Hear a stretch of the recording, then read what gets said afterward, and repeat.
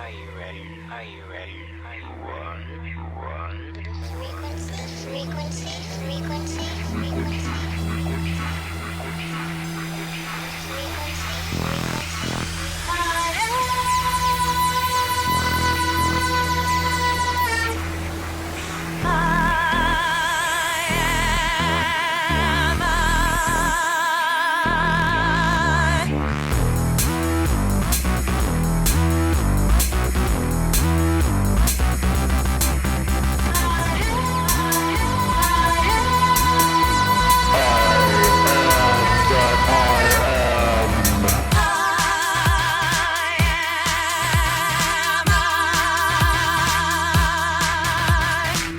I'm the end. I'm the end. I'm the end. Are you ready to ride the Are you ready to ride the frequency? To ride the frequency? To ride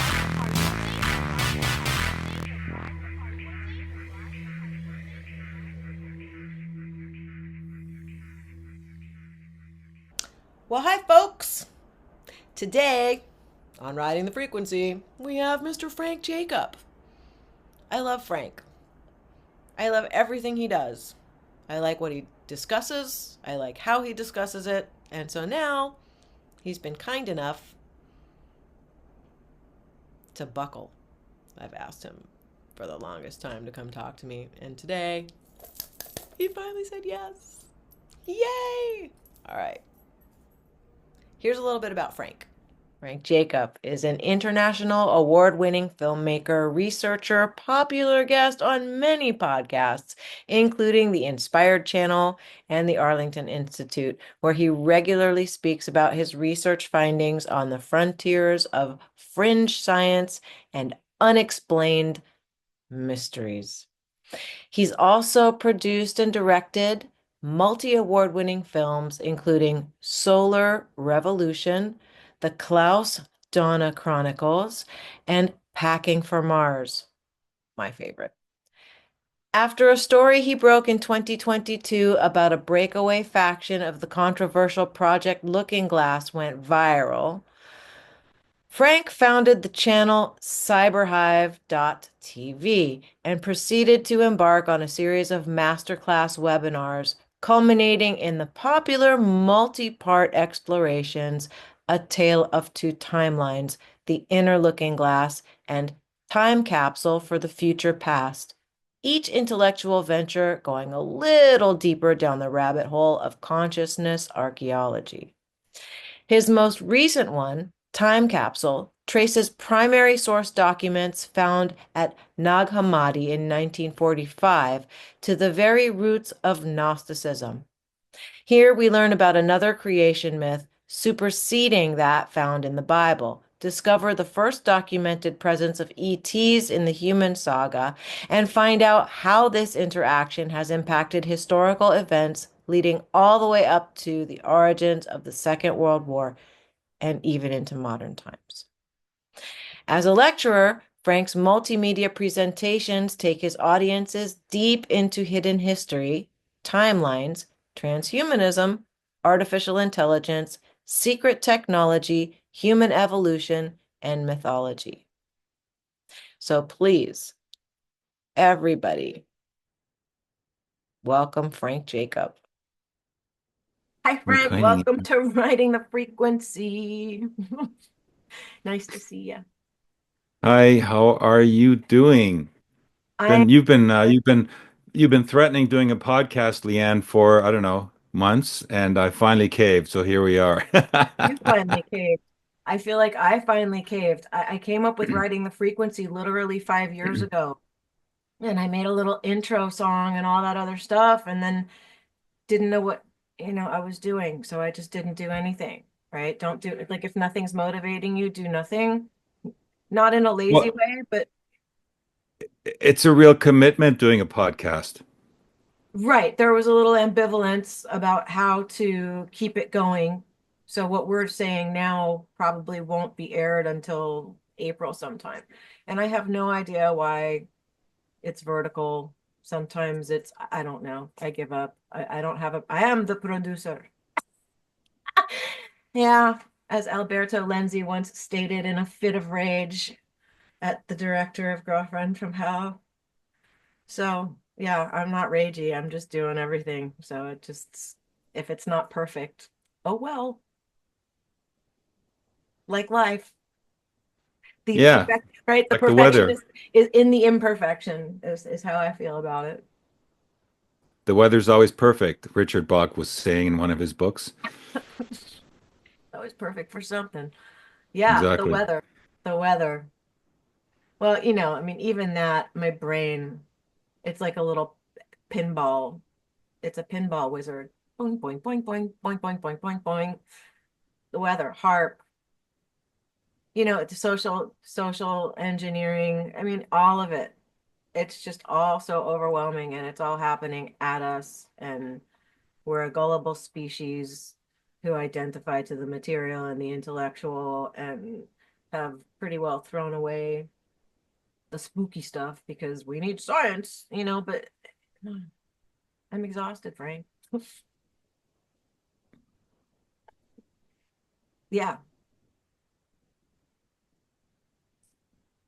You and John have these great talks, and I've enjoyed Mr. Arlington speaking with Mr. Greg Braden. That's one of the things, Congratulations on that. I can't wait.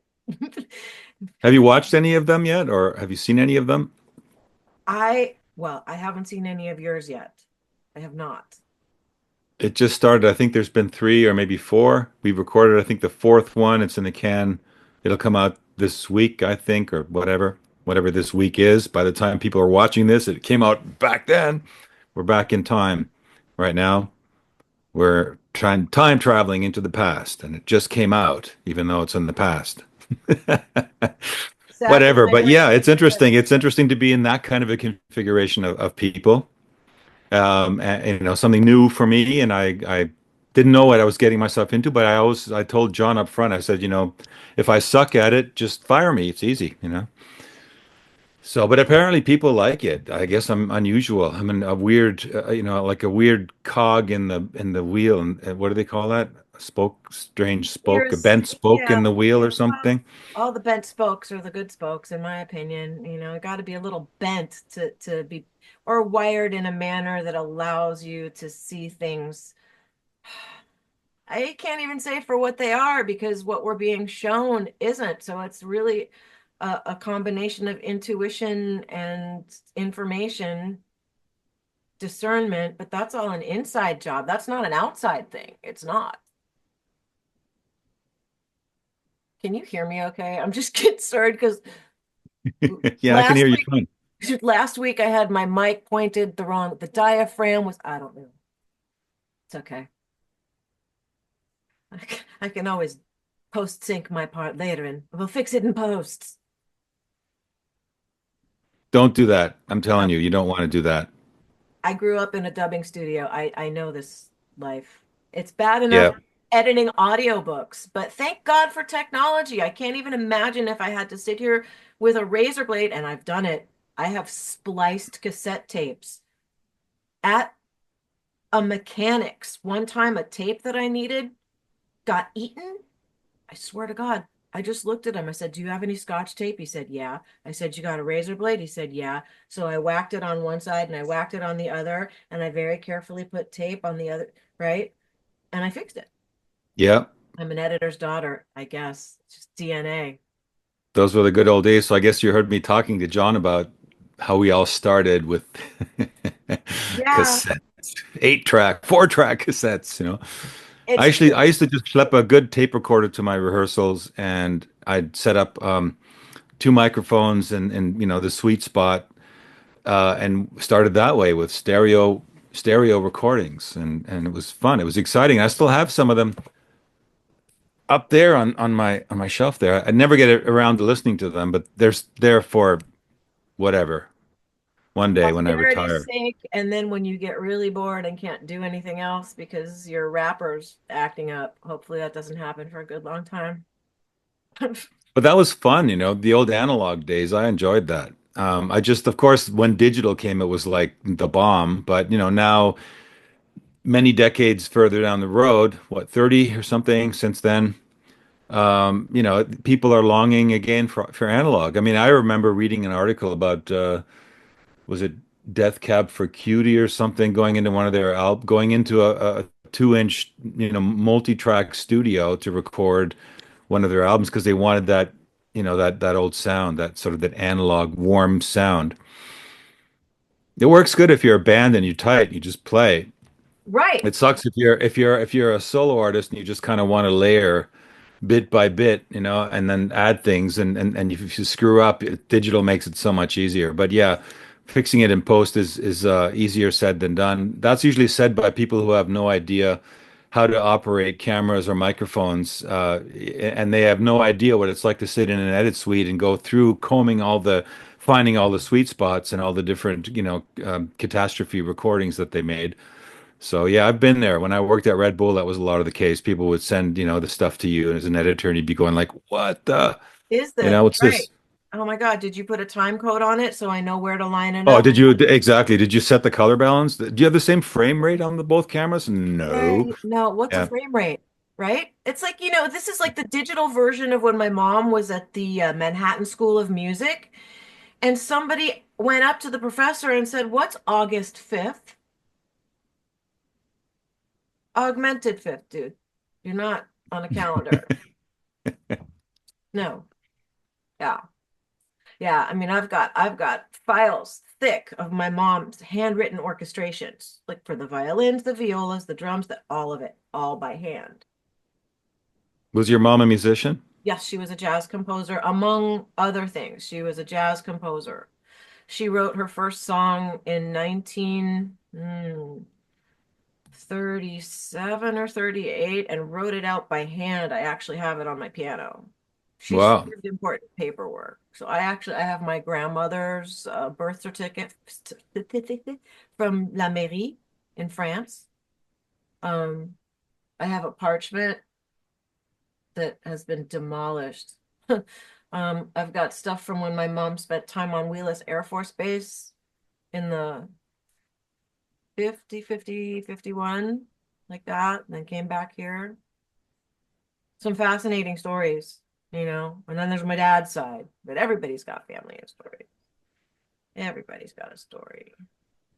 Um, I think speaking of stories, the first time I ever became aware of you, I think it was on Inspired. It may have been your first or second Naked Truth. But maybe it was before that because I was aware of Packing for Mars. I have watched that documentary so many times. I love how you did that. Thank you. Truly. Like it makes me wonder, and I guess here's my first question for you. Like when you were a little boy, did you like what were you thinking? And how can you see how that evolved in the privacy of your own mind to now? And is your head exploding at all? So, Um, I guess it depends how far back you want to go, but I think that you know, I can remember being interested in the side of the like I read a series of books I think when I was 11 or 10 in Germany. At that time my parents actually did a brief stint in Germany.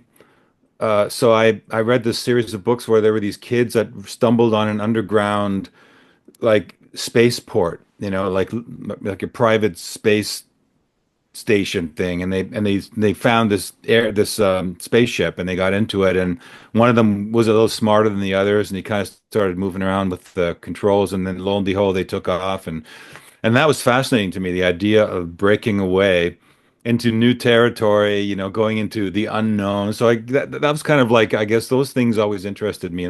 But when I came, back to the North American continent, a couple of years later, I I read a book about Hiroshima, and Hiroshima and I mailed away for it. I didn't know what Hiroshima was. I was like, I had this mail order catalog, the same one where you can get like sea monkeys, and stuff like that.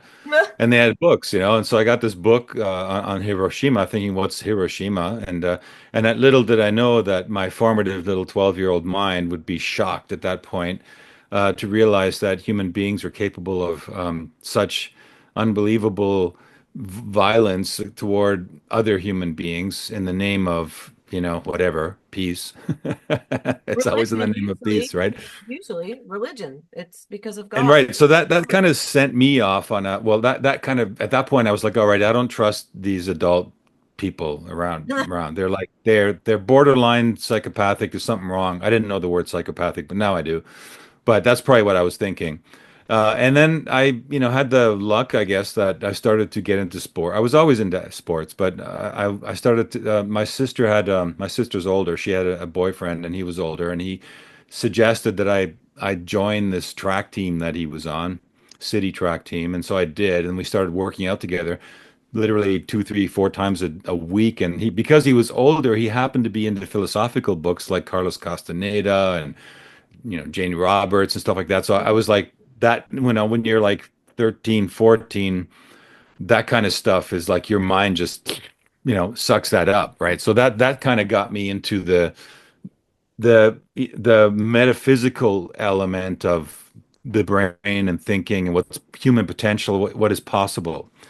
And then after that, having kind of digested a lot of that, like I read Herman Hesse books and Siddhartha, learned about, who Siddhartha was and Buddhism, and got into some of this spiritual, metaphysical stuff.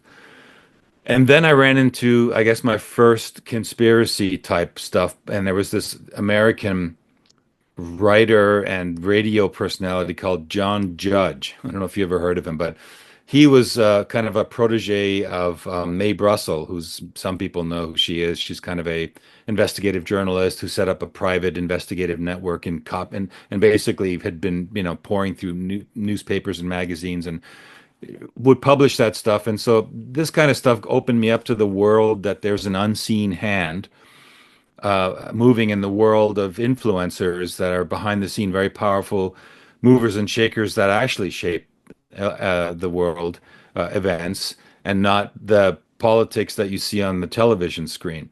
And so, here I was, I think I wasn't even 18 yet, or let's say, yeah, 18, 20, and I was already through the brutality of humanity, the metaphysical stuff, and now the conspiratorial stuff. So it was destined to throw me off on a course that was never going to conform to the standard model and the standard educational system.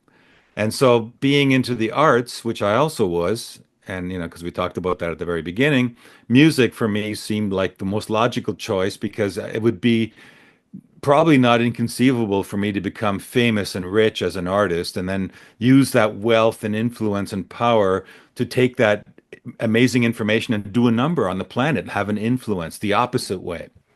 All right, that's kind of how it started. But as you know, it never works that way.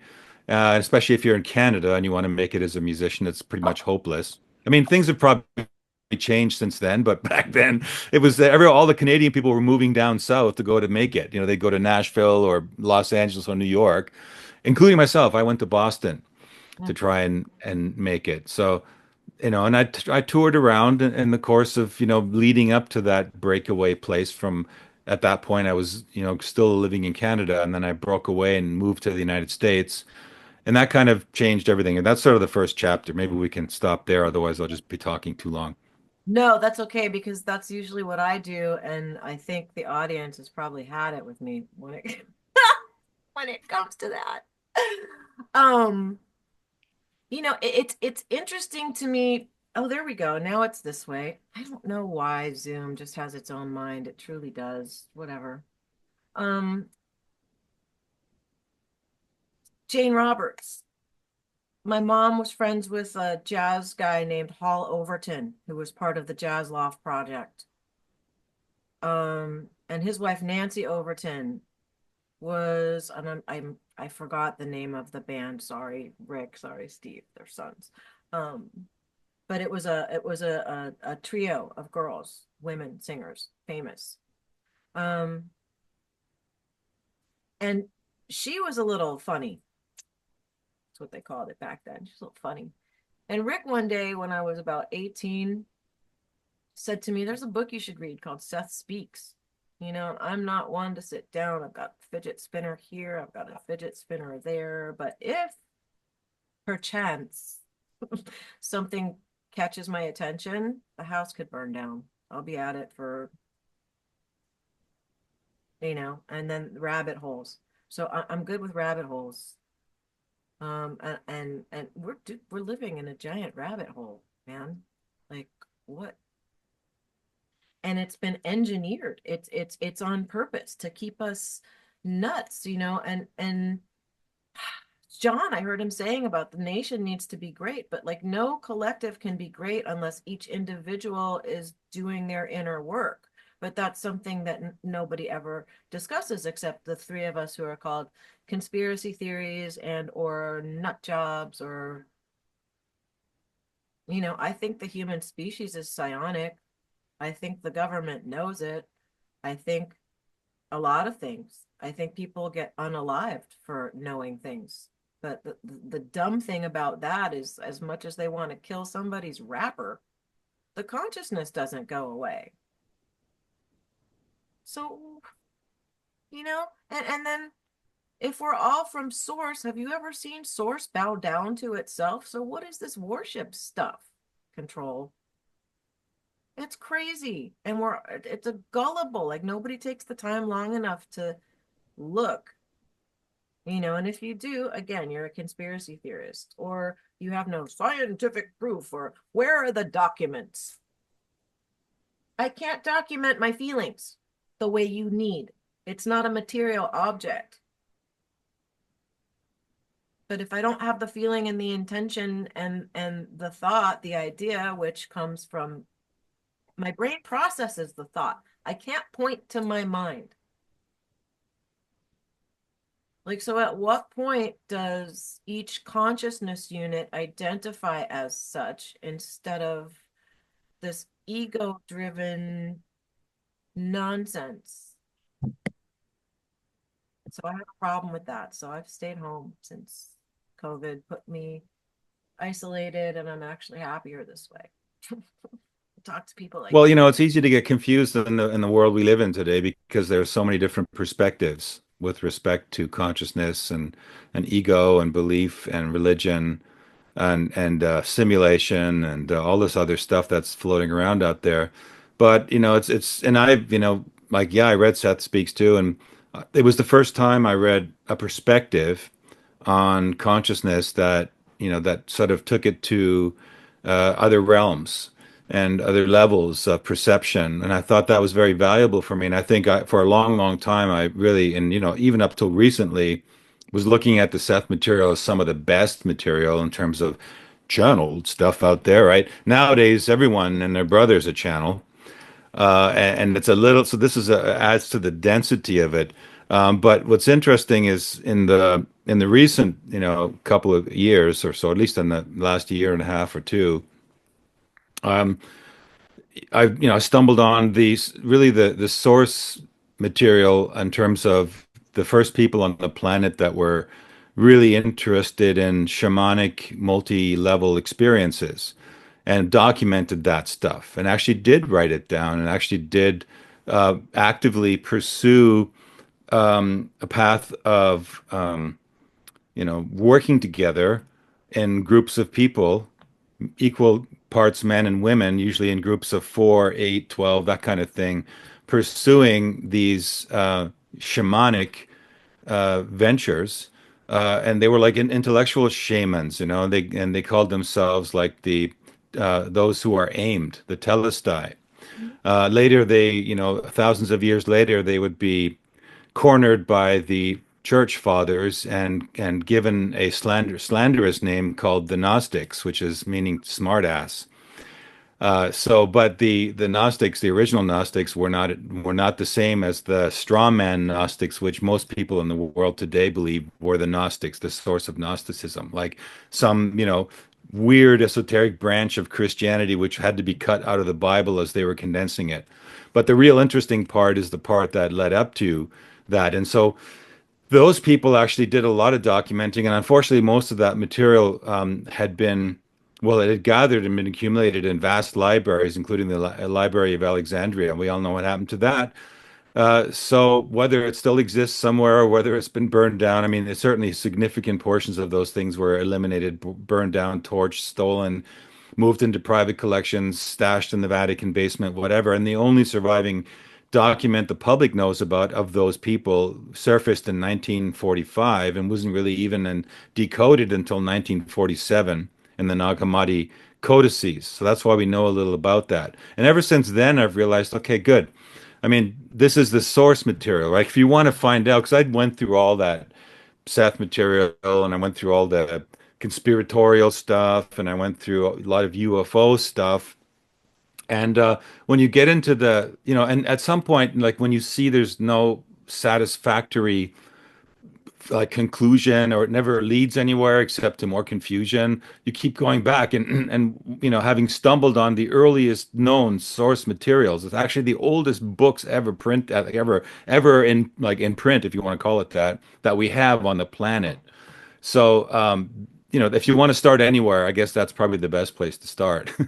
And the result of that excavation as a consciousness archaeologist ended up being the last webinar I did, Time Capsule for the Future Past. And so, the thing is that's important. I think that if there's any one message that is important out of that material is that each of us is a singularity. And so it's easy to get kind of depressed or pushed into this feeling of like, oh yeah, we're all these, useless eaters and this consciousness that's just destroying the planet and blah blah blah. But that was never what was meant to be. It was actually never intended to be that way. We actually were given this singularity, and the meaning of singularity here derives from an ancient word, a Greek word called monogenes. And monogenes is a word that the church took and translated into religious ideology, which meant God's only begotten, right? But actually, if you take a neutral definition of that word, you get singularity, meaning that each of us has this divine intelligence in us. And we each can, as a singularity, at any moment, we can add and introduce complete novelty into the existing system. And the only reason that we've been given physical bodies, because everything happens in the material realm, is so that we can work with it. We get impulse, we get input, we get physical input in terms of elements. We feel the wind, we feel the sun, see the light, the moving objects, and we have emotions. We have all these elements to us as humans. And those things are what we need as an input source for our singularity to have something to work with that adds the element of novelty. And that's one of the things that these Gnostics said was one of the prime directives of the originator, as they called God, is novelty and free will. So if you don't have senses and you don't have the individuality, the singularity, you can't exercise free will and you can't exercise novelty. But Or don't be fooled. sovereignty.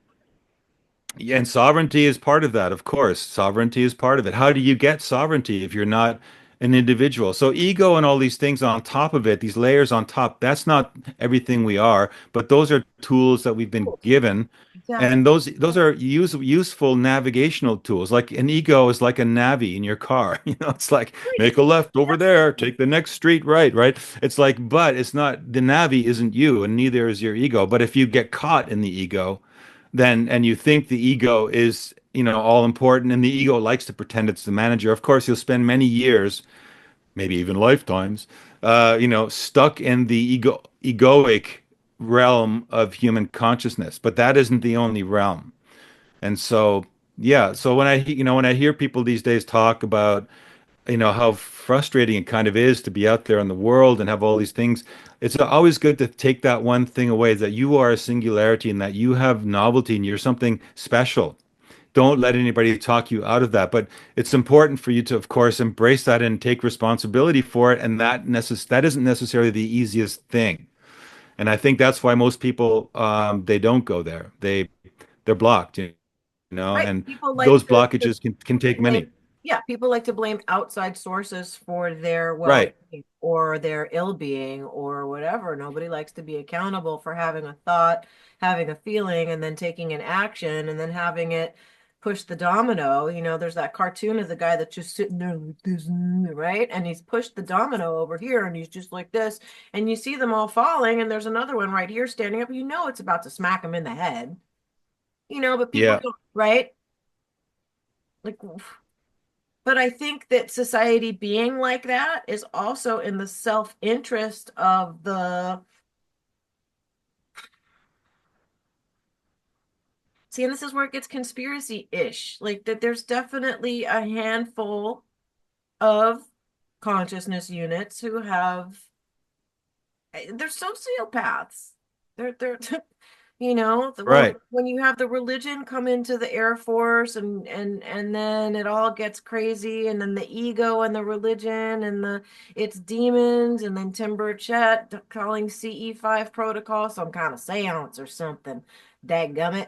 No, it's you've got to tell the difference, but see, I feel like if our and I know this sounds kooky, but if our psionic nature had not been impinged and suppressed a long time ago, that we wouldn't be like this. I mean, human beings committing atrocities on other human beings. Why would another culture want to invite us to a party? Right. Well, I mean, even here, the Gnostics had a cause for that, what you're talking about. They The actually Watiko, identified the some kind of cause. Watiko. Yes. And the Watiko for the Gnostics Oh, were the archons, there you go. right? And the archons have been here even before humanity. According to the creation story of the Gnostics, the archons were first, and they created the solar system minus the sun, the earth, and the moon. And then Sophia, which is the feminine goddess energy from the center of the galaxy, a pleroma, which is where these aeons live, these godlike deities who create, they create genomes, for example. And she created something novel, and it ended up resulting, long story, in the earth himself. And this is the other thing. It's like, so we have this archontic influence that was there that was never actually, intended to be there, because most people on left to their own devices, they only want happiness and peace, and they don't want to, have war, and they don't like to be lied to and manipulated. All these things are what were introduced by this archontic element. And that has to do with what they talked about in terms of their, and in fact, it's interesting because 25% of those ancient books I was telling you about are dealing with the archons. And it's fascinating because when you look at biblical scholars that study that material, they it's funny, they don't see it. They completely, it's like they look at this pile of Legos, these little fragments of these scriptures, right? And they piece together the parts that fit with the Christian or the Hebraic or the Islamic or whatever's version of belief system they've adopted, usually Abrahamic, and they just take those pieces and then they leave this pile there, 25%. That's not a small pile, and it's all about this other aspect, this element, this intrusional element, this manipulative, and they ignore it. This just doesn't exist, right? And it's so funny, how can you ignore it if this is such a big, and the Telestai, they were interested. They had their sites trained on it. It's interesting, that word. I was thinking about that word this morning, because they called themselves those who were aimed. Mm. And I thought, another, like aimed at, like learning the truth, right? Aimed at the higher information and deciphering the truth about the universe around them. But another word you could almost say for aimed is to be trained, right? Because you can train your sights on something too, right? Can't you? You can MK train your sights on a Ultra. target, right? So this is a big point because, training, Well, you're and how do talking you about train people. people? By repeating things over and over and over. This is like the repetition. It's trauma teaching, but they do it instead of sitting you in a room Well, they do that in education. They traumatize you and tell you the same thing over and over and lace it through history, through the math, through the there's always some kind of under the subtext. My mom always said, listen to the subtext. Don't listen to what they're saying. Listen to the subtext. Well, it's one of those words like monogenes, right? The singularity and only begotten. It's funny how if you look at these words and you look at and like neuro-linguistic programming, it's funny how every certain words have a total opposite vector of what they mean. So yeah, training in the negative sense is yeah, repeated, kind of like over and over uh, subtle brainwashing so that you learn something. And yet at the same time, when you have your sights trained on something, you're looking for the truth in that. You're looking to try and find the answer to that. And there's Society, another element of training, which has to society, do sorry. with sorry, yeah, another element of training which has to do with shamanic training, right? And so that's been kind of lost to Western civilization, right? Everyone goes to South America to meet up with their favorite shaman to do ayahuasca or Ayahuasca, whatever. exactly. But the fact is, a lot of the people in the Western world they're channeling, they're having UFO abduction scenarios happen. They're interacting with higher other human realms of consciousness, but they don't have the training to understand what it is that they're experiencing. Well, And so they turn that experience into doctrines and belief systems which aren't even real because they don't have the training to be able to deal with that situation. Do you understand where I'm going yes, with that? I do because real and inaccurate and then we have been trained. We've been taught to focus on all the wrong things by design so that we can never figure out the true Gnosticism and all this other stuff. Who has time? You're busy swiping left on your whatever dating app and then getting into it and this whole partisan stuff and then the geopolitical wars, but it's all ideology. It's all being run by ideology and repetition and hermeticism. Right, but repetition of the kind of things that are useless to you, Right, right? right. But Like if you, then also usurp any kind you of know, spiritual, the magic of thinking big. Yeah. right, if you take this kind of repetition, right, and you put that into your program, what does that help you do, right? It helps you break free, right? And so there's the kind of repetition which is, like you were saying, you're just doing this 24/7 I'm or not. 24/12 or whatever it is. Or 12/7, whatever, and you're not focusing on those things which are, and it's funny when you start to pay attention to that, everybody's affected. I realize just how much my own negative thinking impedes my progress in the world, right? Right. Whether it's financial or whether it's relationship, I But mean, catching your own thinking, that's, neuroplasticity. When you catch yourself and then change the thought, you're rewiring yourself. Like we are yeah, rewired. Look, we are the technology. Like we are the yeah. technology. So I don't understand why outside, I mean, I do understand that's a rhetorical. I don't understand why being shoved at us and then the gullibility factor and then the training and the repetition and then the ill feelings. Like, where does that energy go? Like, what's that feeding? Some That's feeding the field that the archons have intended for humanity to mislead them from fulfilling the ultimate destiny of our evolution into higher realms Well, sit of around and watch a consciousness. football game. Like, sit around and watch two sides fighting over a pigskin. I just never understood that. Like, I never, like, what is this tribal warfare? Like, it's retraining. Like, people do it for entertainment. It gets reinforced. Entertainment, sides. But when does it get, it's a whole thing. Sure, and that's what it's intended to do. When it stops being something which is great for your physical exercise and turning into a mass hypnosis phenomenon where people just sit and, get into the hypnotic, let somebody else do it for us vibe. It fits, all this stuff fits into this archontic pattern, and this is what the archons were actually have been doing since we've been here on this planet.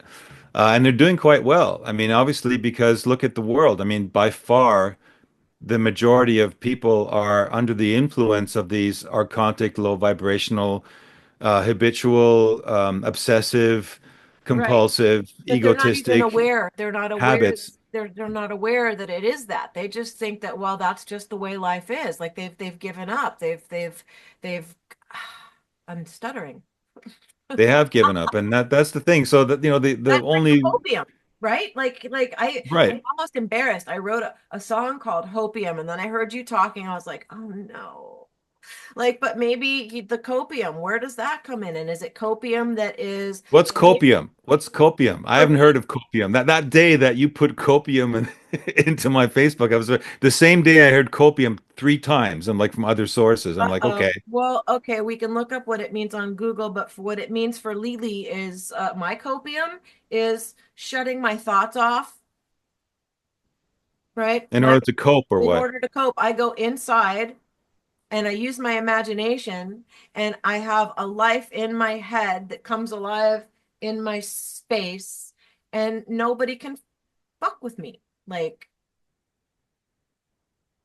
That's copium. for me, for me, So is maybe it a positive or a negative thing? oh no, it's positive. It's self-soothing by creating music, by creating artwork, by allowing my rapper to be loose enough to let ideas come through.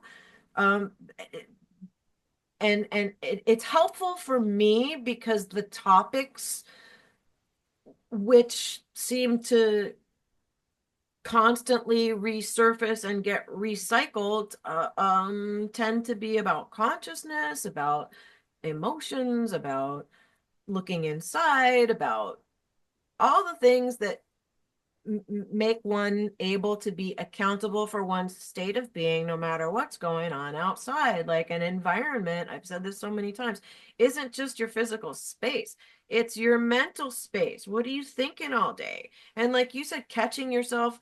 I mean, I'm not, nobody's perfect. We all fall into oh crap, I just caught myself being negative. But then rewiring, our brains are like the neuroplasticity. You can rewire yourself. You can teach an old dog new tricks. That's false.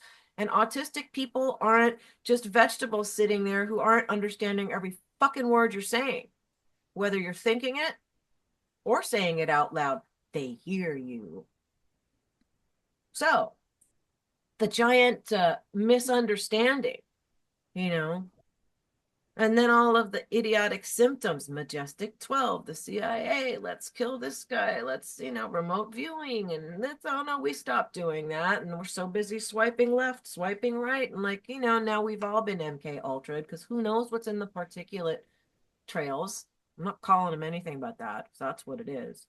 And if Siemens made 2 billion radio frequency chips, like I Love Lucy with the chocolates on the thing, in the 70s, into whom were they implanted? And what kind of technology controls these things? And what goes into it? And in 2015, we have Coors advertising in Dreamtime.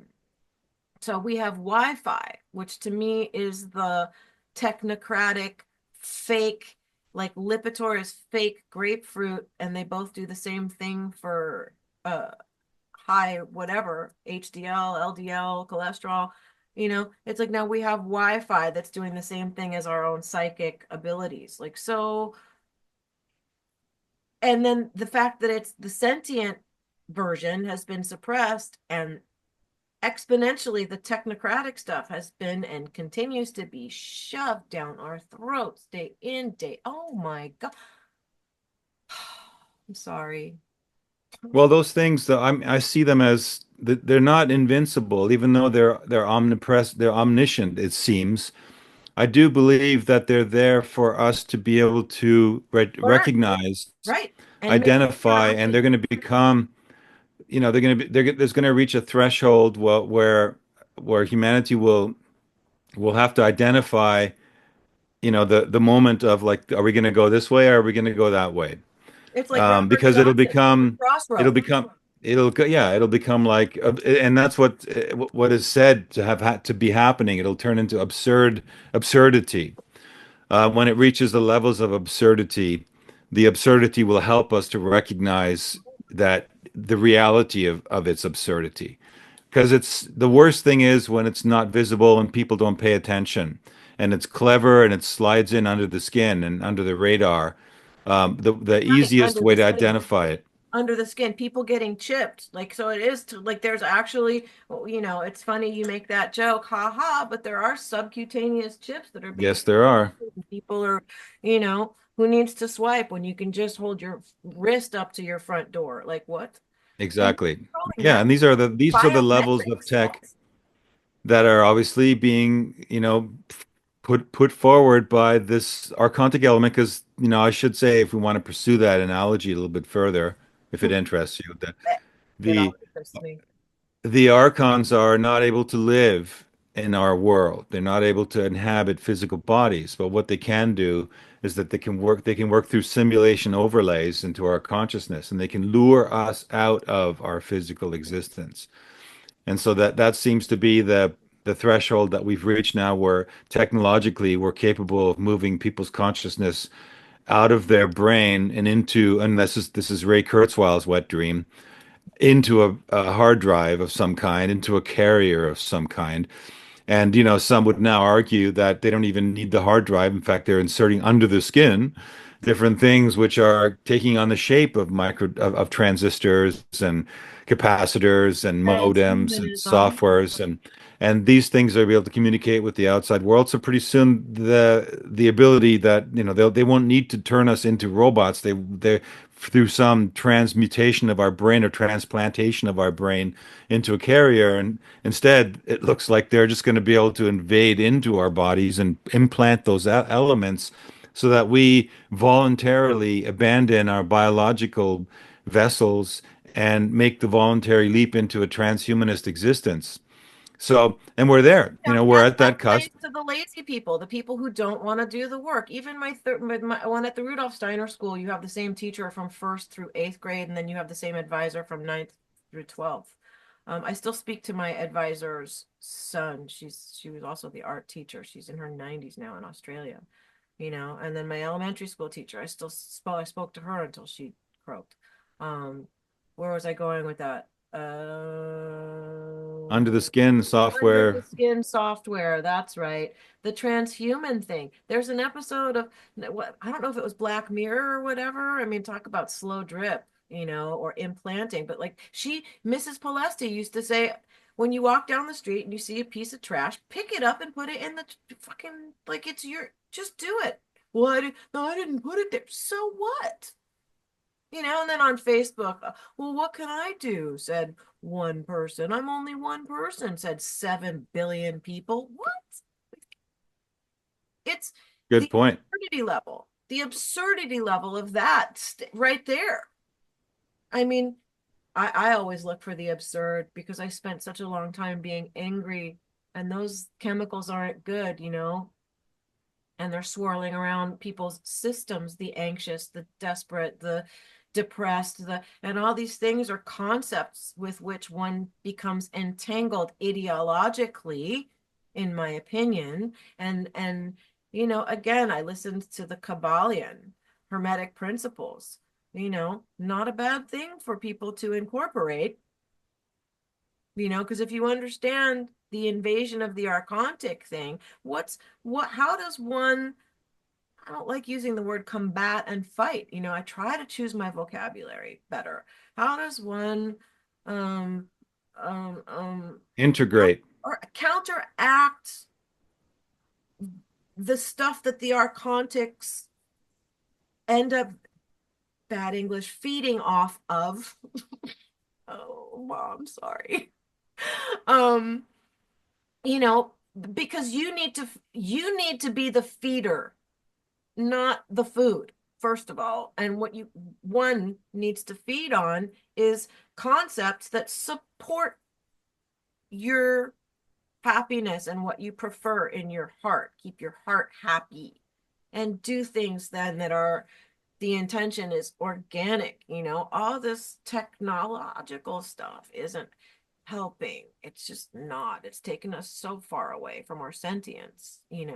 And I think that's where the split is ultimately going to happen. The ones who want to stay sentient, and then the extra lazy, gullible lemming guys that are going to go, you know, running off of a consciousness ledge into the abyss of transhuman, like E. Well, maybe it has to do with the other element to the story of the Gnostics, and that is that Sophia has actually converted herself into the earth to provide humanity a habitat. So there's humanity, which she apparently is dreaming, and out of her we emerged. So we're not this isolated island of consciousness in the universe in the middle of nowhere, but we're actually part of this greater body that makes up the entire earth. And when you want to counteract the archontic influence, it's very easy. You just go and you make a direct connection with your mother.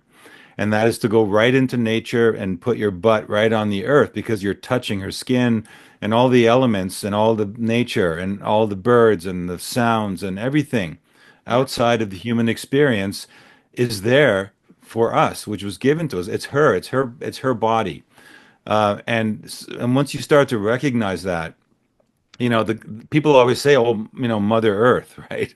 It's one of those There's a words reason. everyone says, "Oh, Mother Earth," but they don't really like think about what you're saying, Mother Earth, right? Well, And don't think it's so about the easily words coming out of said. our mouths at all. The vocabulary that we use, look, casting a spell, how do you spell your name? There's a reason they use that terminology. Sure, So if sure. words carry vibration, words carry, like before the word, there was the sound.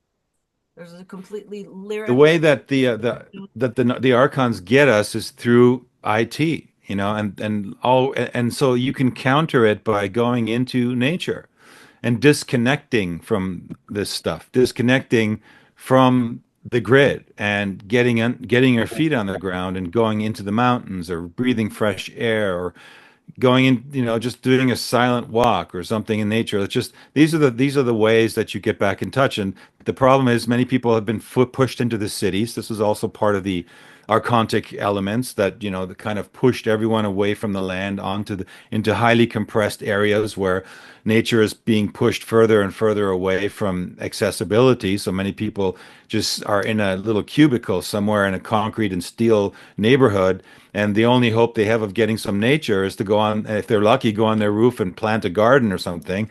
Yeah, see.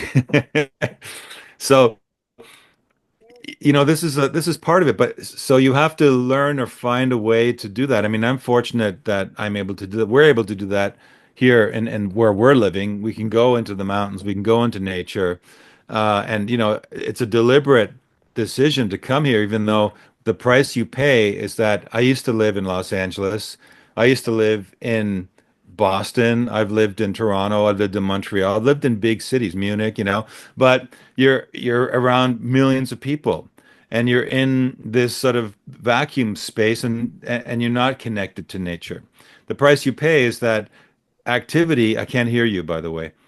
Activity tends to happen quicker in groups of people. And when you're out in the boonies like here, you don't have that. The only access you do have to a large audience in the world is kind of what we're doing right now. So it's a bit of a um, conundrum. It's a bit of a hypocrisy. It's a bit of, it's a bit of a strange situation.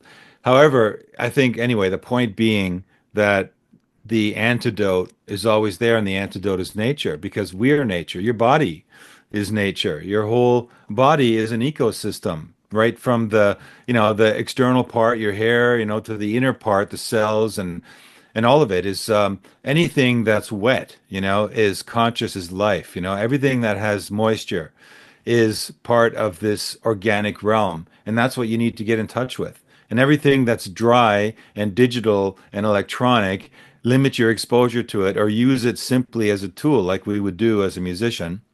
We would use the electronics to make music, but we would do something creative with it, like you say, copium. So you compost negativity and turn it into something powerful and positive. Also don't understand. Can you hear me now? I can hardly hear you, by the way. All right. Is that There you better? go. There you go. You're back. I took my audio.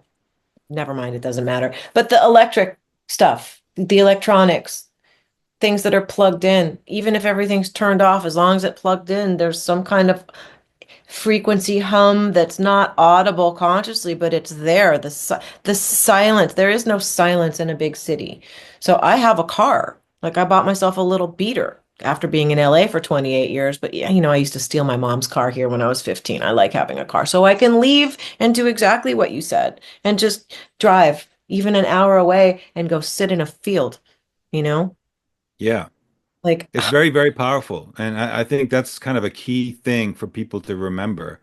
If you're talking about timelines, and maybe that's where we ever you heard about me the first time is when I was talking about timelines with regards to the looking timelines glass. and the looking glass stuff when you were getting Yeah. emails on your proton mail and funny didn't we can get to this later, but I do want to mention it. Doesn't Trump have some weird thing with a key that he was just given that looks kind of like a gyro loop looking glass? So like what the is that doing in mainstream? Like they're gonna deny that it's just a golden gyroscope. No, it's not. They fully just showed crazy on the TV. Is that plausible deniability? That they just showed it to everybody? Who am I crazy? Or did I just see something whack happen? Well, they play with us, they play with those elements, the Simpsons Dun, dun. they play with technologies like looking glass technologies or chronovisor technologies, which give them glimpses of potential. Yeah, and I totally believe that. It just, it's very limited in terms of its scope, but it doesn't matter because the people that are using it are a very small amount of people, and they're using that technology to try and get an advantage for the archons because they're allied to the archons. And so it doesn't even matter anymore if they have that technology because still that doesn't make them all powerful. They need that technology and they can only use technology because they can't reach the sovereign state of human consciousness unless they subvert your consciousness and they get you out of your mind, right? That's the way they beat you. They don't beat you. The archons don't beat you because they've beaten you. They beat you because they convince you that you've lost. That's Creep what they in. They do. creep in. They make you doubt yourself. It's that self-doubt. It's the fear. It's my mom, bless her heart, she got caught up. She was so loose. She knew that when she wrote, there was something coming through her. But then she used to make jokes about they should pay me to worry. I'm a professional worrier. And I would look at her like, Mom, do you not hear yourself? And then the thought forms that you're creating, and then the reality that you're creating. And then you're telling me I'm talking about my magical thinking and that I need to be quiet and stop proselytizing. Oh boy. Like you don't hand somebody at 19 and 13 Seth Speaks and expect them to not think that that's the most absurd response ever. We're multidimensional creatures. Yeah, we have these realms of consciousness that we don't really understand. Some of us have gotten and ventured into them, and most of the people, because they don't have this shamanic training or background or understanding of these realms, they give them a false sense of importance, or they give them a false identity. And a lot of it centers around the idea of full spectrum dominance, so that they think that there's this force out there which is invincible, and it can seem that way, but it is really just all about your consciousness and what your beliefs are. This is why in Time Capsule, that last webinar, beliefs was one of the main themes.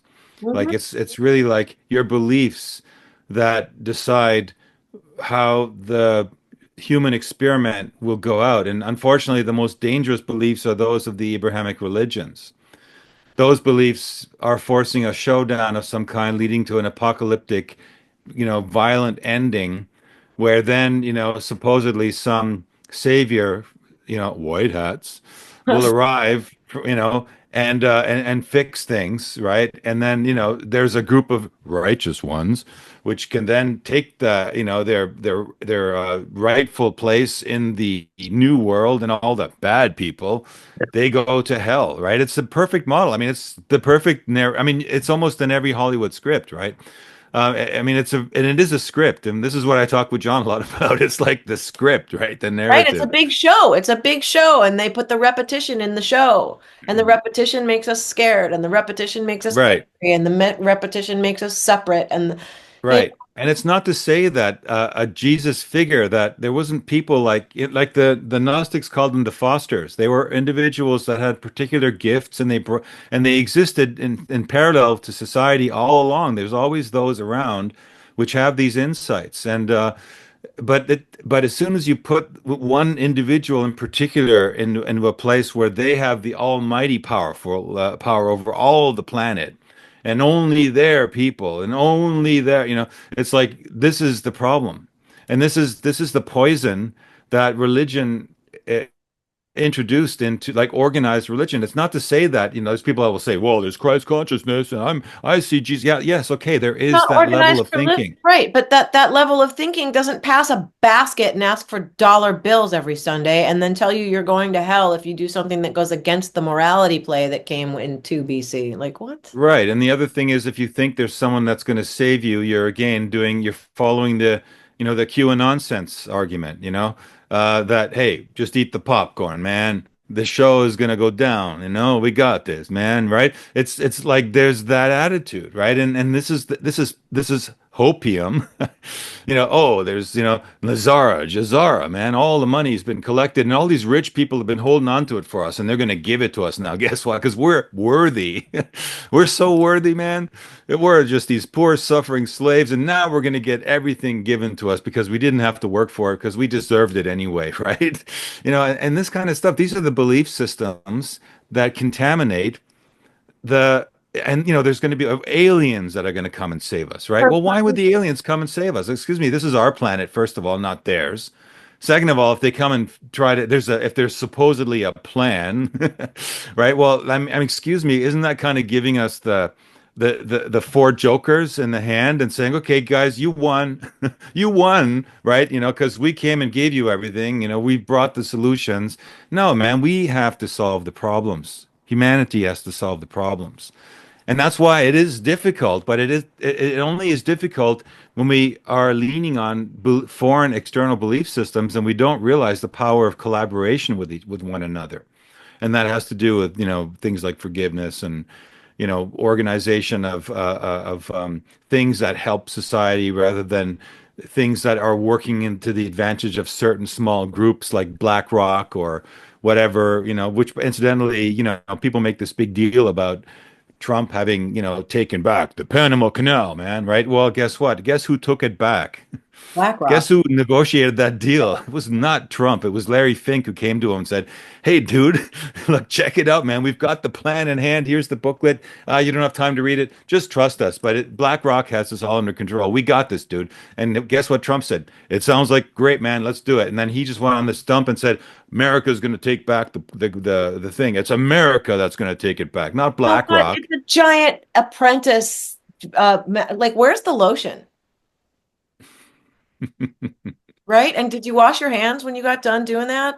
Like, ew. You guys are all hanging Yeah, out. exactly. And the scenes that we see with Zelensky in the White House, those are all The good TV. scenes out of The Apprentice. They're Good, right out of The Apprentice. And you're and and poor. Trump plays a You're good role. poor. Like, but he's an old man. He's not logically the kind of person you want to be the president of the most powerful nation in the world. He's had better days, man. Sorry, his lightning fast thinking, whatever made him what he did, those days are behind him. He's now, at least he's smart enough to say, well, I got people around me that are smarter than me, so let them figure it out. The problem is that those people are all the ones that are pushing for, guess what? The Yeah. transhumanist agenda. Whoa, what a big coincidence that is, right? Yeah. No, it's not coincidence, but we know So this. this is what it's about, just seeing this stuff. It's not that difficult, but it requires taking responsibility and growing up, right? Jesus ain't gonna come and save you. He's gonna like it's like, what are we, children, man? Like we don't need someone to come here and save us. If someone wants to come and teach us a few things and we all roll up our sleeves and we do it together, that's different, But we're not talking about that. We're talking about, all these like, what do they call that when they get taken off planet, whether Abducted? it's eat. Hmm? Abducted? Well, there's the abduction version. The ETs are going to Revelations, the take you off apocalypse, the planet. revelations. What is that? Like being Revelations, right? Exactly. And apocalypse. what's the word I'm missing right now in my brain? There's a Christian doctrine That's that probably why you've blocked it out. right, exactly, right. So whatever it is, We're this broken. It word, doesn't I'm work sure on those of you us. listening who are better, smarter than me know that word, but that'll happen, and that'll be they'll be lifted off, and it'll be the Christian version of the apocalypse. But I mean, it's still giving the responsibility to someone outside of yourself. So it is really simple, but it's difficult in terms of taking responsibility means you have to take responsibility. It's not, someone's not going to come fix it for you. And it can be agonizing, I mean, it's not easy to really live a life of taking responsibility because it's like you said, you catch yourself with negative thoughts.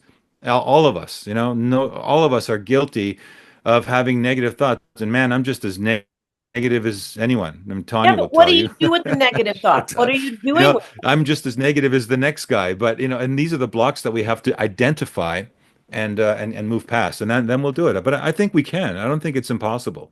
I don't think it's impossible either, as long as people wake up a little bit, and I'm not sure, like having these conversations, whether it's for 1 million viewers or 3 viewers, it doesn't matter. Normalizing these conversations, having the conversations loud in a Starbucks. That's what I like to do. I like to go out to Starbucks. Like if I do choose to go out and if I'm with a friend, I like to talk really loud about all this stuff. And, you know, couple times people have walked up to my table or heard me talking on the street who aren't all fucked up and introverted and scared of other people and join the conversation. There are actually other coherent people out there and they're relieved to hear people having these discussions. So Yeah. there are people out there and they do show up and they do hear you. So that's of comfort to me, you know. Yeah, and this has to do with resonance, right? So you're going to attract those people that are resonating at that frequency. It's simple physics. Well, Sound, tuning forks. We're all tuning forks, pretty much, we're right? receivers and transmitters. We don't identify as such. We identify as I'm a guitar player or I'm a nurse. No, that's what you're doing with the tools you were given to navigate the physical world, but that's not who you are. It's what you're doing with the there's a field of potentiality into which we all are tapped, whether we're conscious of it or not. Like it's ongoing. Sleeping, waking, in a body, out of a body, you're in it. So the sooner we recognize that and acknowledge it and learn how to be consciously entangled with it and use it for ourselves, the less space there is for any archontic fuckery and nonsense, I feel like. Exactly. You push it out, literally. You push it out. It's like a blackhead. That's kind of gross. Walk around the street like this. Hey, come here. No, we won't do that. Man. Well, so are you going to make any more documentaries or are you doing these webinars? And I know now you're so busy traveling with got a lot going on. Are there any more documentaries coming though, Frank? well, we've been filming. You and Tanya? So we've got an archive of material, And are we going to and shoot together? so we've done films on the sun. We've done films on the moon. Tanya did a lot of films. Tanya Maidenford, she did a lot of films on the moon with Jose Escamilla. We've done films on Venus and so this next film, but they've always and Mars, of course, the famous one you're talking about. It's so But this good. one's probably going to be So more. I good. mean, this is one where those have been all kind of my egoistic pursuits for the most part. So I think this time is going to be something that Tanya's been wanting to make happen. So, but it's still under wraps, and we're not really sharing the title with it because But we it's good very to much know. believe That makes me feel it's comforting to know that more content is coming from there you. might be another webinar in between all that, because films are tedious and take long. The webinars are faster to get certain information out there. And for me, because I opened my big mouth and said I was going to do a webinar back on the very first inspired show I did with John Nolan when I was talking about looking glass technology, Mhm. I kind of got pulled away from my day job and into these webinar productions, and they've kind of become like my bread and butter. So I have to kind of do them now if I want to Well, that's good. survive. So I do them, and I hope people invest in them because they have a lot of compact information, and so it's like you don't have to read a dozen books or whatever and invest all that time. I can do it for you. So I do those, and there'll be another one coming. I mean, I got the idea for it a couple of weeks ago, and it'd be very interesting. And then the film project is probably gonna, we don't know exactly when, but it will come out. In fact, we produced a film. We produced a documentary film for, in collaboration with someone else, which is an ET film. And we premiered that last year at Contact in the Desert, the Extraterrestrial Species Almanac. So there's that film, which has our signature. I mean, being that the director was a first-time documentary, full-length documentary filmmaker, more of an author, we ended up taking over the whole conversion of a book into a film part. So you can see our production signature all over that baby, Yeah. right? But again, still, it's a film we did, in collaboration with someone else. This next film is going to be, again, like our own. So it'll be different quality. Very exciting. Very exciting. When did you start making films? Like what was Packing for Mars the first one? No, no, no. I mean, I started to make films when I was 14, 13.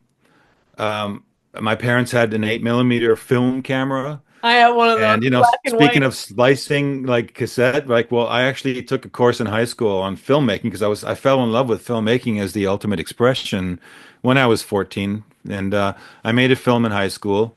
I even got 99% mark on it out of Wow. 100. So that was pretty good. And it was called The Death of John Bonham because everyone was into Don. That was right at the time that John Bonham died, I guess. And Wow. so Yeah. I created a fantasy version of that story and cut it all with splicing. My parents even had a splicer because they used to cut. My parents used to film the family stuff, and my dad had a splicing machine, and so I used that, and I actually made my first film then. But and I was very relieved when digital audio migrated to digital video as well because that A lot allowed easier. it democratized the art of filmmaking. And if you don't have wealthy parents who can send you to Hollywood to do film school at one of the prestigious schools there, you're Right. kind of like, destined for a career either in television and video or whatever, but it's not going to be the same thing as expressing yourself with film. And documentary film, of course, is the version that is affordable and it Well, doesn't require, actors and, complex, day in and days and, all these different right. things and budgets SAG and stuff. actors and finding a So production. you can express yourself with documentary film. So I started making films then, and I've been making them, and I got more into. I worked for Red Bull. I mean, for almost 7 years, and I cut like hundreds of films. So by the time I got around to actually making Packing for Mars, I was a bona fide professional filmmaker, right? But I made film in the genre of extreme sports and not in consciousness. Even though I tried to convince the powers that be at Red Bull, hey, people, we should do films on consciousness. They weren't into it, so we didn't do it. I broke away, and while I was working there, began making films on consciousness and Mars, and that's why they said I think it's time for Frank to leave the company. He's talking about colonies on Mars. I think he's lost his marbles. So the film looks good and sounds good, but man, I think he's insane. Or whatever it was, right? But anyway, I've made that. So yeah, here I am. Well, there you go, Short and there you answer. are. Yeah, I mean, it's interesting. Like my mom used to translate movies for Ingmar Bergman, so the moviola would come in, and my dad was an editor, so like all that weird colored green stuff Like, so I don't know what your parents had. Was it a Moviola brand and was it green? No, it was maybe I don't even remember. I've forgotten. It's like going back. Yeah. I know, right? It's crazy. You'd have to hypnotize me to get that one out. Well, I haven't added that to my resume yet, sorry. Um, but I know some people who could do it if you really want to get hypnotized. Um, yeah. Well, I feel like I'm just glad you're doing it. Your content is really, really, it's both entertaining and informative, and you do it in a way that's not intrusive or obnoxious. Um, and it also doesn't cater to uh, the common low denominator of non-thinking, what my mom used to call the great unwashed in her snobism. Um, but there are members in that group who actually probably are capable of thinking. So I'm sure you grab a couple people from there every time something else comes out. So that's good. Well, Um, thank you for saying that. I mean, the thing is, when you're making a film about colonies on Mars, you don't have to sensationalize it. The damn story is a sensation all in itself, right, right? You topic, don't need the slams and the bangs and the whooshes and right? the repeated loop of that 1 second clip that you have to keep reminding people that something they're going to see something extraordinary, which they actually never then do see. You don't need that. The story Well, is a Hollywood sensation. does that for us. Yeah. Yeah, we can leave that to Hollywood. I'm just trying to get through a day and not be poisoned by the nonsense, right? And try to, like you said, make content that counteracts the other stuff. It's like two can play at that game. Oh, okay. I can repeat things too. Oh boy, oh boy, oh boy. Well, so are you going to be in the States again anytime soon? Not to, ask for your Well, itinerary. I mean, the only fixed time I know of right now, and that's not excluding that it couldn't happen sooner. It won't be until September. But Hmm. yes, I will be back again at the Arlington Institute for they've risked it a third time to have me back there. So, you know, they're going to be in for it, Frank, a third time. No, but And that's I guess now that I'm in quartet, they have no choice. So they've like, I'm subverting my ideology into the Arlington Institutologists.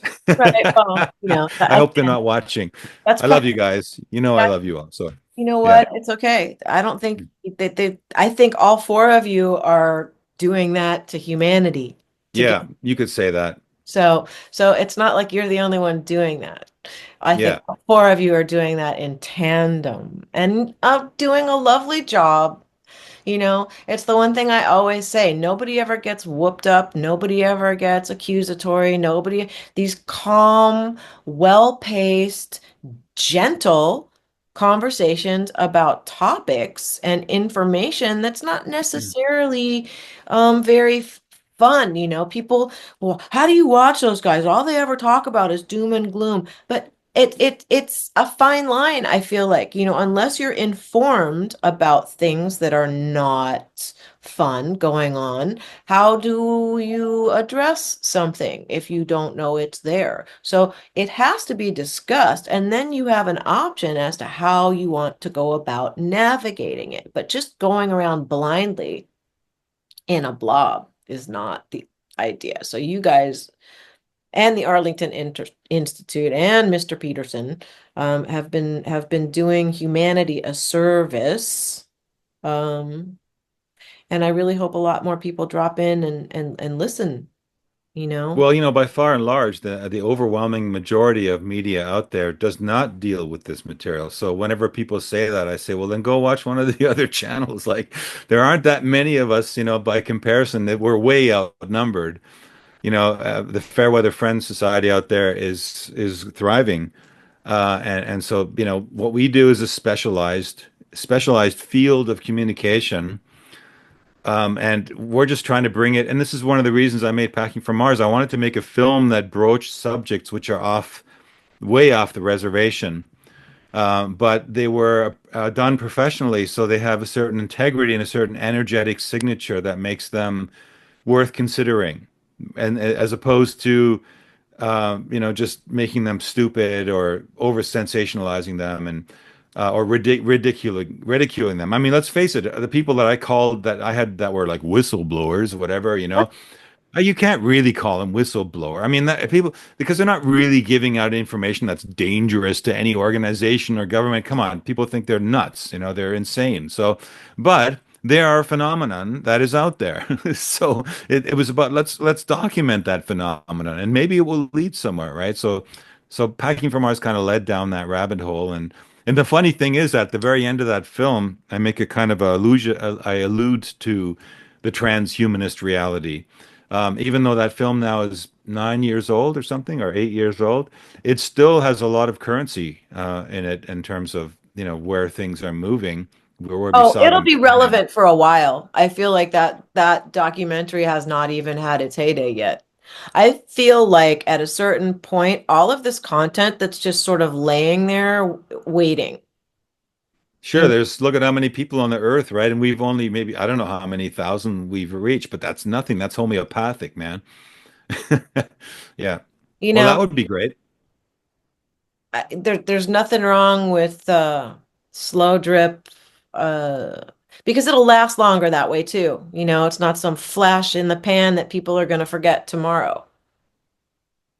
You know, I actually there's this one journalist that I appreciate the tenacity coming from this Ross Coulthart guy, and he's following his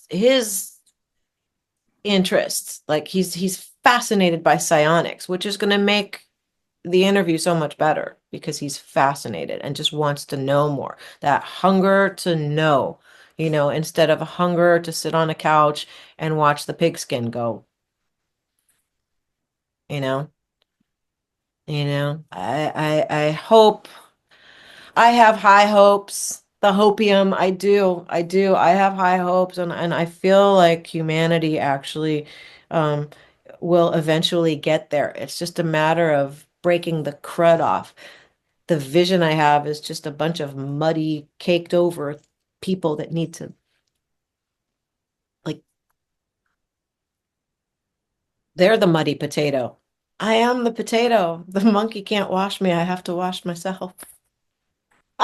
Wasn't there some potato game or something back in the Oh my gosh, there was a Mr. Potato Head where I think Mr. Potato? What was that all about again? that was all about creating different funny looking, like you could do a guy potato with a hat and the business potato, and then you can Right, have right. a nurse potato, you can dressing potatoes up. I'm sure at some point somebody probably got bored and dressed up potatoes, and then maybe, Mattel got wind of it, and next thing you know, they made $1 million off of you know, something that was happening in Amish country. I don't know.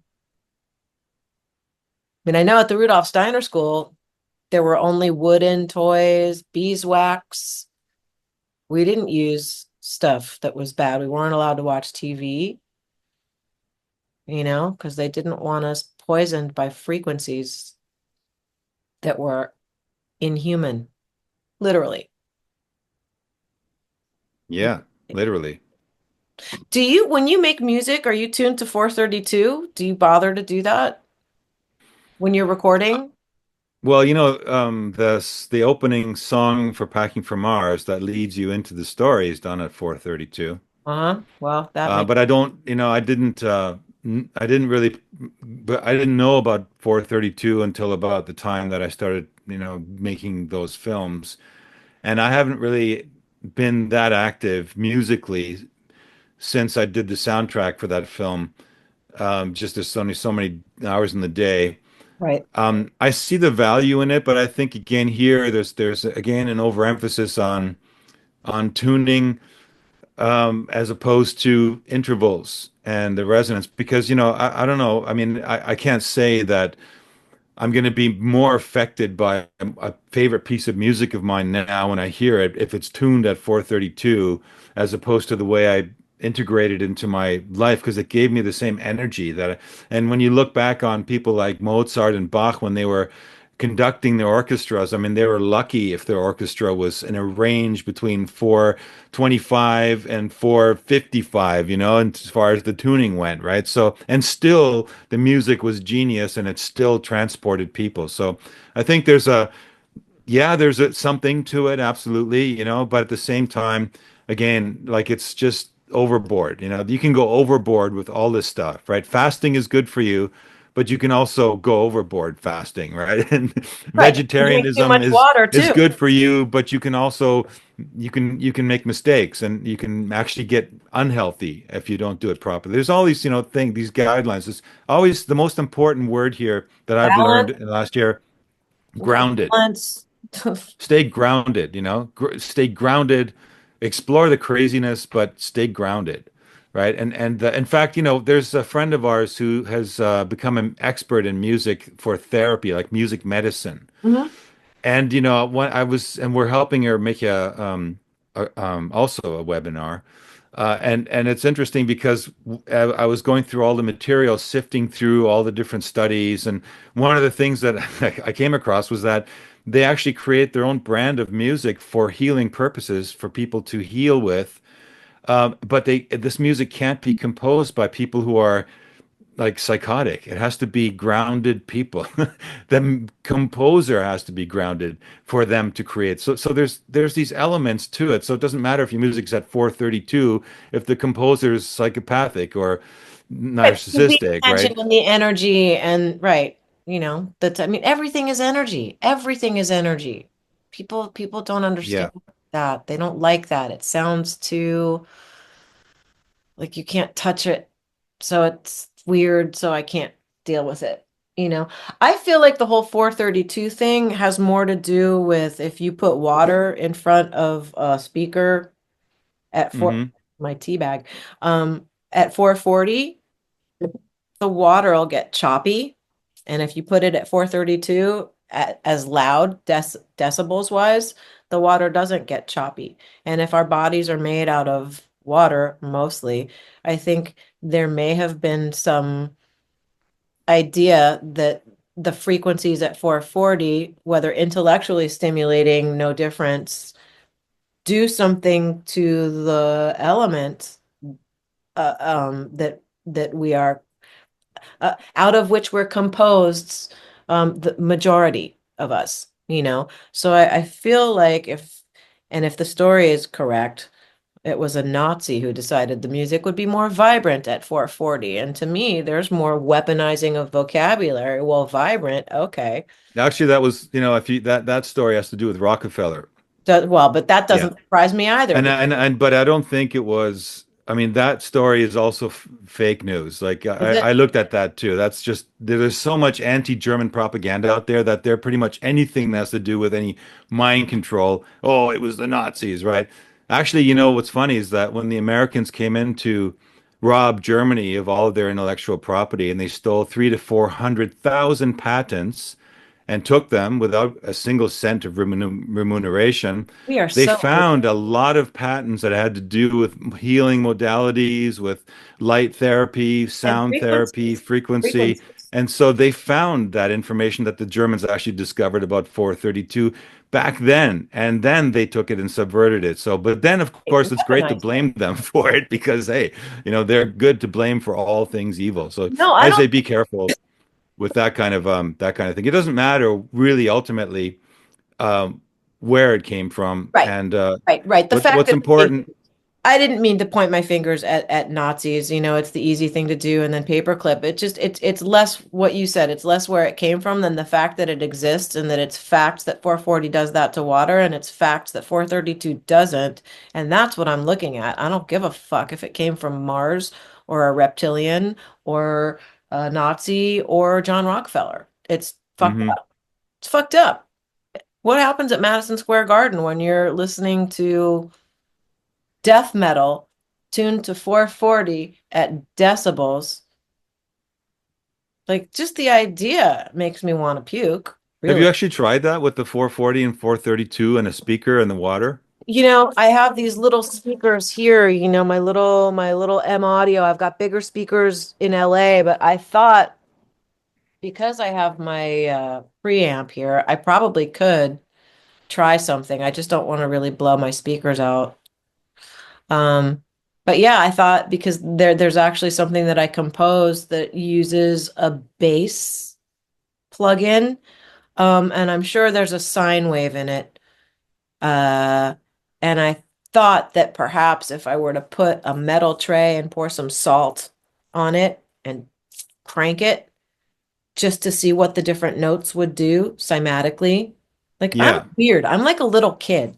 I don't care, right. right? I'm here playing with stuff all fucking day long. People are like, how do you make Yeah, money? I'm like, it'll come. I'm not worried. I'm busy. Oh, look, it's a pentagon. Like, yeah.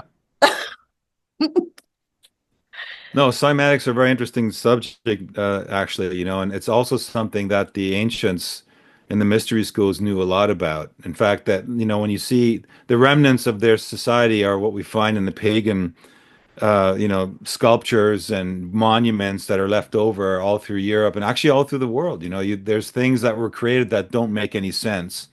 And the way they make sense is because those ancient pagans, the heathens, they knew how to use sound to move things and to change, and to change their quality of them, including their weightlessness, for example. I'm convinced of that. So this is a bit of lost science out there. So anyone who's into cymatics and pushing that, I commend them.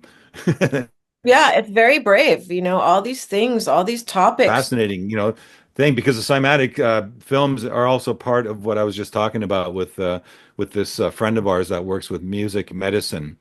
And, because everything is really music and everything is frequency, right? Everything in the living world vibrates at a certain frequency. Right. And Oscillates is even, another word, see, and I've said this before so many times, like, but I guess if they're going to do repetition, so can we. There's nothing solid. That's fake. The idea that something is solid, this is, it's just oscillating so slowly that it seems solid, but it's not. It's also vibrating. It's also a frequency. It's a frequency that shows up as a material object. And that came from an idea, which is not tangible. Like, I don't know how many it's times. magic. Yeah, The okay. material realm is magic, and it's underrated. I think the fact that we see things and can touch things because the frequencies and the oscillations between them and the combinations of the frequencies that are unique make them appear as if they're solid Right. is a Appear as magical if. thing. Appear as if. Right. And I feel like the societies that have long gone, the ones who came before us, Atlantis, all these fake things and all the Greek myths, it's based in something they knew. Like, we're actually a bunch of freaking cavemen compared to the technology that was before us. Göbekli Tepe, all these places. And they reek. Right. They reek. And yet, let's swipe left. Let's swipe right. Shall we? How is anybody doing that with all of this stuff right there to discover? I don't understand. I do understand more rhetorical. Like, how is this not the topic of every conversation? I don't know how anybody can concentrate on anything at work 9 to 5 with Göbekli Tepe not being understood yet. How do you sleep at night? It's Yeah. Well, this is the part of the new world, I guess, that we're going to rediscover, right? Isn't that it? Isn't that where we're heading? That timeline, the organic timeline. We're going to end up like on, where the we're going to shard rediscover, goes we have back all into that the cool crystal. stuff that we can rediscover that was left behind. We left behind for ourselves to find again. And then we'll do even greater things. It's like the dark crystal. We got to put the shard back in. And the gelflings don't need to be eaten anymore. Like, it's like I just feel like a gelfling that's working overtime sometimes. Oh man. Oh. Well, I don't want to take up any more of your linear time, Frank. Is there anything that you want to talk about that we didn't cover? Do you want to talk about your webinar where people can find you? I can put the links up as well. Sure, that will help, and I appreciate that. And if people are still watching this late into the show, I'm very happy to tell them that they absolutely should go check out cyberhive.tv, which is where I have all my masterclass webinars, and I Wow. get into all that cool stuff like looking glass and inner looking glass, pineal gland, multidimensional stuff, and the latest and greatest being the time capsule because the information in the time capsule is so intense that I had to call it time capsule because it's probably not going to be registered until it's discovered like 200 years in the future, and they go, "Oh my God."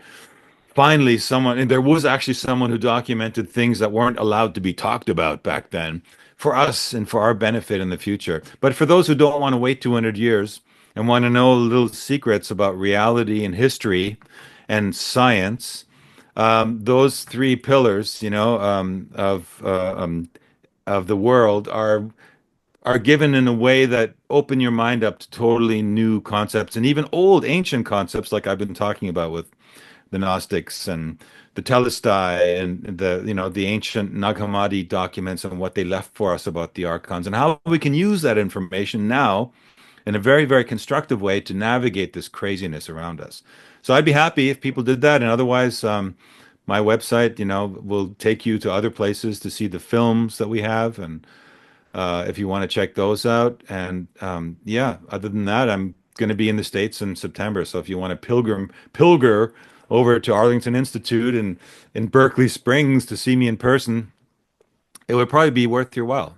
Well, if So, John Peterson hasn't taken a restraining order out against me for trying to get him to talk to me by then, I'll drive down maybe.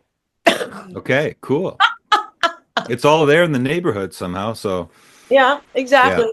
Okay. Well, so I just thank you so much for sharing all that and having a little chat with me. Um, I hope you had fun. I it's did. been a blast, really. I enjoyed it. And thank you for having me. And thank you for doing what you're doing and making the effort to make a blog and do this on a regular basis and being one of the homeopathic particles out there which are spreading the conversations that nobody wants to have in the normie world, but those who are hungry for truth are starving for. So thanks for Oh, doing that. And you're thanks for having welcome. me. Thank you. You're welcome. There's something about having shed all of the craziness and decided I really have nothing else to lose, so I may as well just start asking questions and doing it publicly because who knows, maybe somebody else wants to listen. So, with that, thank you for joining us on Riding the Frequency, and we'll see you next time. Okay, that was a good talk. I love Frank. You guys definitely go find him. Go to cyberhive.tv. Please go to frankjacob.com. He's a good guy. He's good at what he does. So whether you want information or you need a webinar made, go see Frank. And check out Quartet, Arlington Institute. Really, really, really good information, which I hope becomes a more normal mainstream conversation soon. So, thanks for joining us, and we'll see you again. Keep riding the frequency, and remember, you're the awareness. Bye. Are you ready? Are you ready? Are you one? Are you one? Frequency, frequency, frequency, frequency.